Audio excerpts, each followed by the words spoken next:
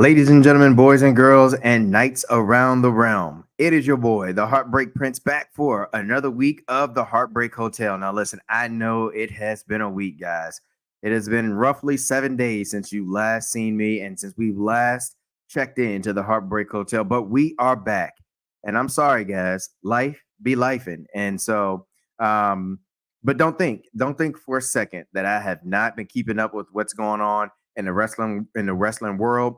It has been some good things taking place, whether it be on WWE, SmackDown, Raw, NXT. So, we're going to discuss just some of the highlights from this past few days of wrestling that have just been, chef's kiss all the way around, just all the way around. And we're going to start with none other than what we saw on Friday for WWE SmackDown between the promo between Roman Reigns and Cody Rhodes. Now, guys, they aired this again on Monday Night Raw, and quite frankly, it deserved a second airing because the cinematography of this promo, the amount of money, time, effort, everything that went into this promo made this promo, what it is, what it was, the spectacle that it is, and something that I'm sure not only myself, but for the millions and millions of WWE fans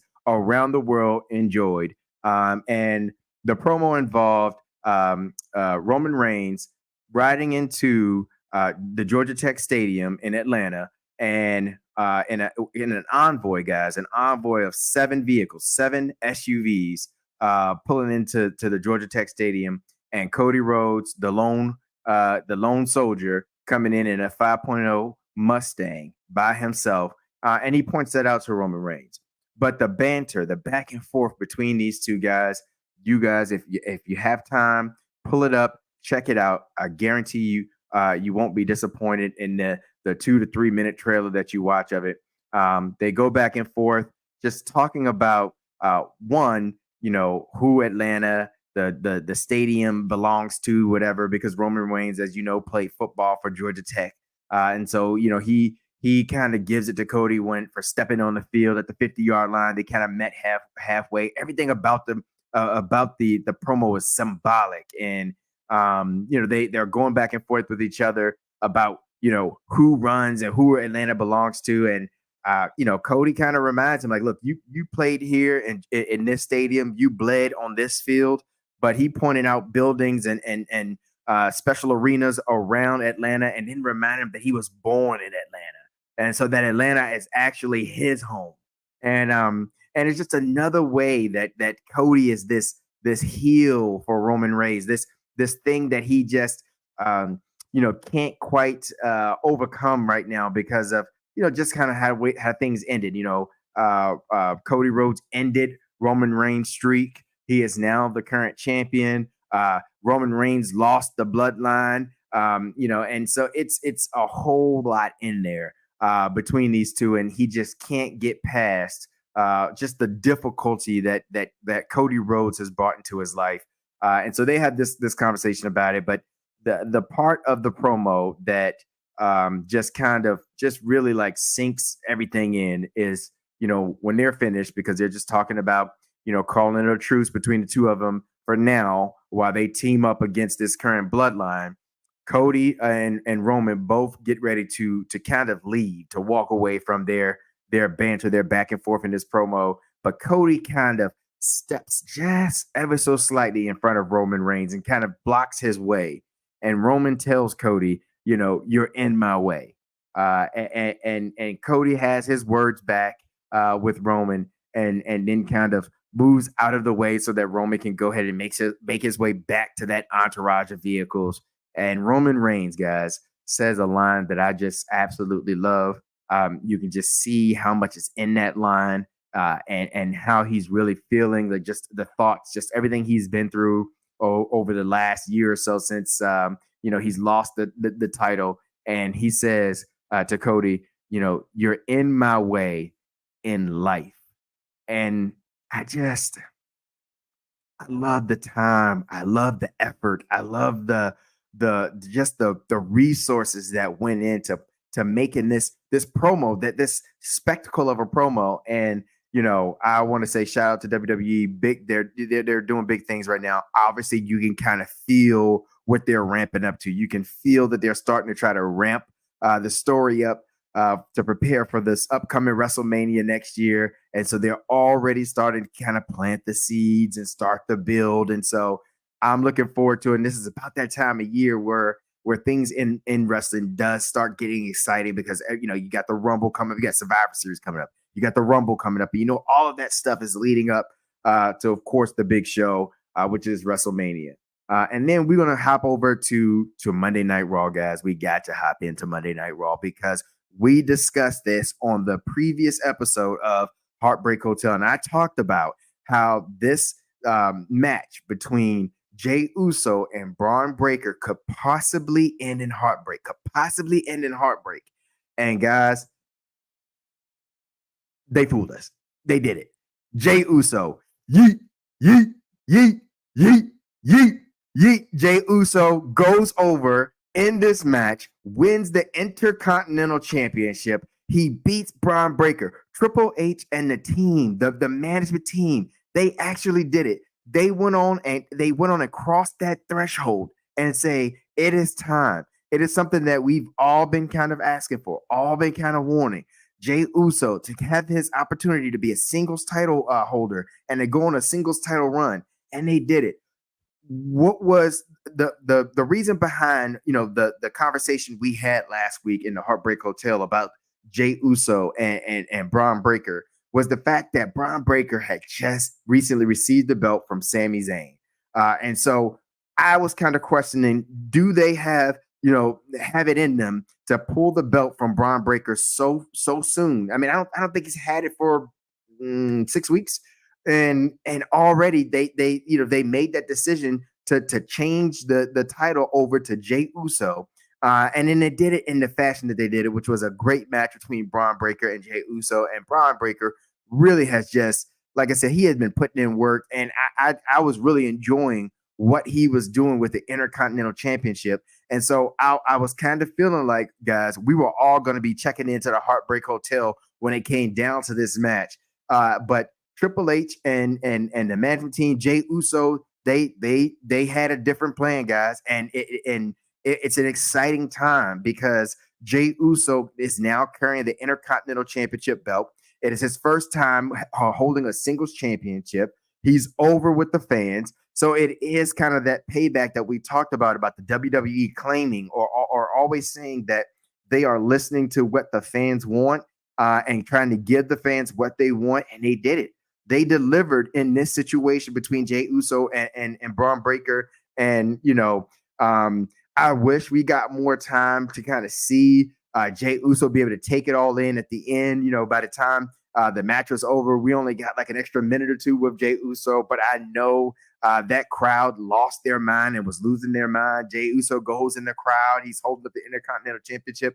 This is exciting. This is an exciting time, in WWE. And I know we may be calling this the Triple H era or whatever it is, but I'm really liking just the things, the storylines, the entertainment, the value that they're putting into and efforts that they're putting into the promos, the storylines, and the things that they're doing with these wrestlers. Now, I still think they got a little work to do, guys, when it comes to these tag team titles. I hope they start to kind of build more around these things, but for now, we have Jey Uso, the Intercontinental Champion, right now in the WWE for WWE Monday Night Raw, and it's getting ready to be live. We're getting ready to kind of see how great Jey Uso is going to be in his title run, and then of course, who are the challengers? Who are the people waiting in the wings? To try to test Jey Uso. Shout outs to Jey Uso. I'm so happy to see that you've been able to accomplish, this goal. I'm sure it was a goal for you, and I'm excited to see where you take this. And I'm hoping that this kind of is that branch that kind of leads to bigger things for you in the future. So shout outs to Jay Uso, shout out to Braun Breaker, that match, the WWE staff, Triple H, everybody, because I mean, y'all did it. Y'all listened to the fans and you gave the fans what they want, that payoff. And so that was great. To move over to NXT, really the main thing is the main thing. I'm just gonna keep it. I'm gonna keep it a buck with y'all. It is the dawn of NXT, because we talked about this last week as well, about the Heartbreak Hotel situation that we could have with the dawn of NXT and the ruler Oba Femi. And last week we left off with the storyline of the Don having to say he's getting ready to dig in, he's getting ready to focus, he's getting ready to go and train as hard as he ever trained, so that when he has this next match with Oba Femi for the North American title, he will be prepared to overcome the ruler. And it's exciting, because it's this energy, it's this feeling of just this new blood getting ready to come in. And I'm really looking forward to it. We had the montage this week of all the different training and things that, the Dom was doing, whether it be from pull-ups, whether it be sit-ups, whether it be boxing in the ring, and just, getting his combat skills together, to pushing a pickup truck with the family inside, and just kind of trying to train himself and get himself together, and kind of find himself in this time, and what he needs in this time to be able to overcome somebody as dominant as Oba Femi, guys. I mean, I can't say it enough.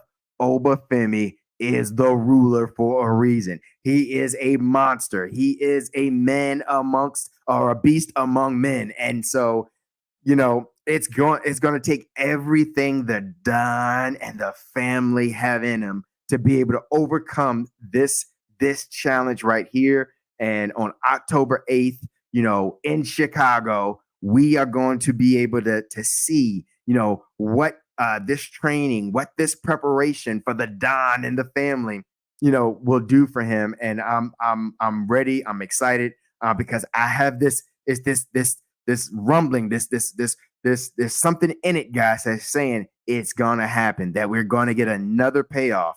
And so for all of those that felt like, hey, I'm with your boy, I'm with the Heartbreak Prince, we're gonna be in the Heartbreak Hotel together. I don't know, guys. We may have to put a reservation date. We may have to kind of ignore that reservation date, I should say, for the Heartbreak Hotel, because I think on October 8th, we're gonna get, that second payoff that we talked about when it comes to, the Don of NXT and the family versus the ruler, Oba Femi. And so I'm excited about it. October 8th is going to be great, because there's a lot of good stuff going on with NXT. You had that match, but you also got, the Trick Williams versus, All Ego, and that, that stuff brewing as well, which that's another thing that we might have to talk about, on next week's episode of Heartbreak Hotel, which is, hey, is this going to be a situation where Trick Willie Williams is going to be able to kind of overcome All Ego and carry the NXT brand into their new spot on the CW. I mean, this is big, because you want to have the right person leading the brand, especially when you're talking about changing the stations that they're on. And so this is going to be huge. It's something that we definitely need to discuss more. And then lastly, before I finish out, just some additional news, which is we learned today, news dropped, that the WWE SummerSlam is going to be going to 2 nights. So it's going to almost feel as big as WrestleMania, or be as big as WrestleMania. We know WrestleMania a couple of years ago went to the 2-night kind of presentation. And so this year they're doing the exact same, or excuse me, next year they're going to be doing the exact same with SummerSlam. So that's going to be fun. It's going to be in MetLife Stadium here on the East Coast, which is, really cool and all. And so I really like to see the growth that we're seeing right now with wrestling and with the WWE, and, with other promotions, with NXT partnering with TNA, with AEW. I mean, this is a great time to be a wrestling fan and to be, involved in the wrestling business, because it's growing. It's in a boom right now, and it's exciting. So that's good news. And then to end out, I hate to say on somber or sad or news that make you angry. Even I don't know how many of you guys have had the opportunity yet to sit down and check out the Netflix special that just aired called Mr. McMahon. But we're going to be talking about this, guys. I want to give just a little bit more time for people to kind of sit down and really kind of take it in. I was able to watch Mr. McMahon and get through the 6-part special, documentary that they did on it. And, it's interesting, guys. I mean, a lot of the information that was presented is stuff that we already know or have known. But, and then there's some stuff in there that is just, it's frustrating. It's frustrating. It's sad. It's a range of emotions that you kind of, experience because you feel like it didn't have to be in a lot of situations.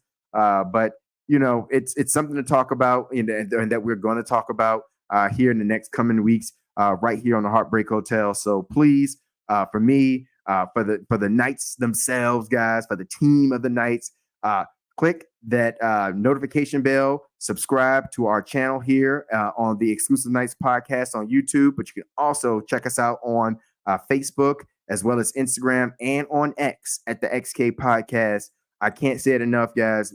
I just appreciate the support that you guys have been showing us. The team, we're going to be coming back together. I know it's just been me here for the last couple of weeks or so. There's been a lot of stuff going on. Like I said, guys, life be life. And I know y'all know, what I mean by that. And I know y'all know what life, can be like sometimes and feel like sometimes. But I promise you, we haven't forgotten about y'all. We think about it every day. We think about stuff that we can do to kind of just continue to entertain you guys. And so we got some great ideas coming. The team should be back pretty soon together, which I'm excited about. But I thank you all for joining me today here on the HeartBreak Hotel with yours truly, the HeartBreak Prince. And I'm going to say it as I always do, guys. The journey continues to be the best there is, the best there was, and the best there ever will be. And to make sure your nights will never be the same.